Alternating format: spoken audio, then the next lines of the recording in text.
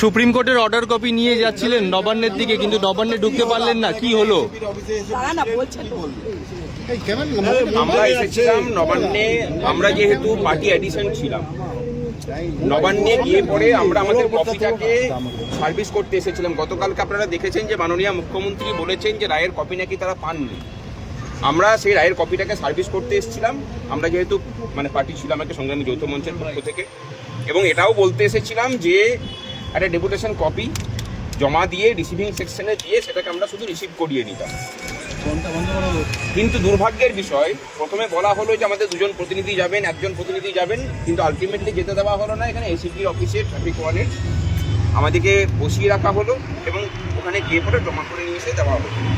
কিসের অসুবিধা আমরা জানি না। রাজ্যবাসীকে বলছি যে এই যদি রাজ্য প্রশাসনের সদর দপ্তরের অবস্থা হয় যে যেখানে সাধারণ মানুষ একটা কপি জমা করে রিসিভ করতে পর্যন্ত পারবে না, তাহলে এই প্রশাসনটা কিভাবে চলছে সেটা ভাবুন একবার। আর রাজ্য কর্মচারী সমাজ এবং পেনশনারদের বলছি যে যেভাবে এই রাজ্য প্রশাসন আমাদেরকে নিয়ে সন্ত্রস্ত হয়ে আছে, আপনারা দয়া করে রাস্তায় নামুন।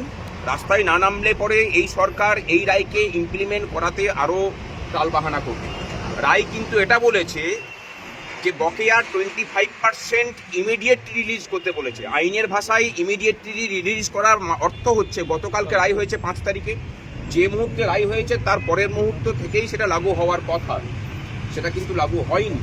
লাগু করার দিকে তারা যাচ্ছেন না। অন্তর্বর্তী বাজেট তার প্রমাণ। 10,000 কোটি টাকা খরচা হবে 25% দিতে গেলে, তার কিন্তু কোনো প্রভিশন বাজেটের মধ্যে রাখেনি।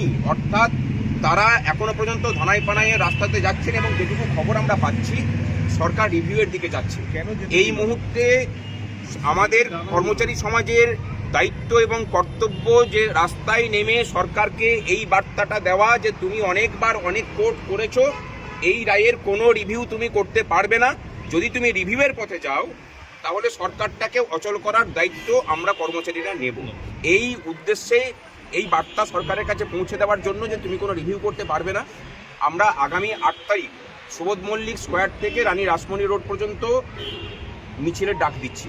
কর্মচারী সমাজের কাছে অনুরোধ যে আপনারা পথে আসুন। এই ডাক কিন্তু সংগ্রামী যৌথ মঞ্চের পক্ষ থেকে শুধুমাত্র আমরা দিচ্ছি না, এর সাথে কর্মচারী পরিষদ সহ সকল সংগঠনকে আমরা অনুরোধ করেছি এই আন্দোলনে যোগদান করার জন্য। দরকার হলে কর্মচারী ঐক্যের পক্ষ থেকে নামা হোক, কিন্তু সকলে পা মেলান, আসুন, পথে নামি। সরকারকে বার্তা দেওয়াটা খুব প্রয়োজন।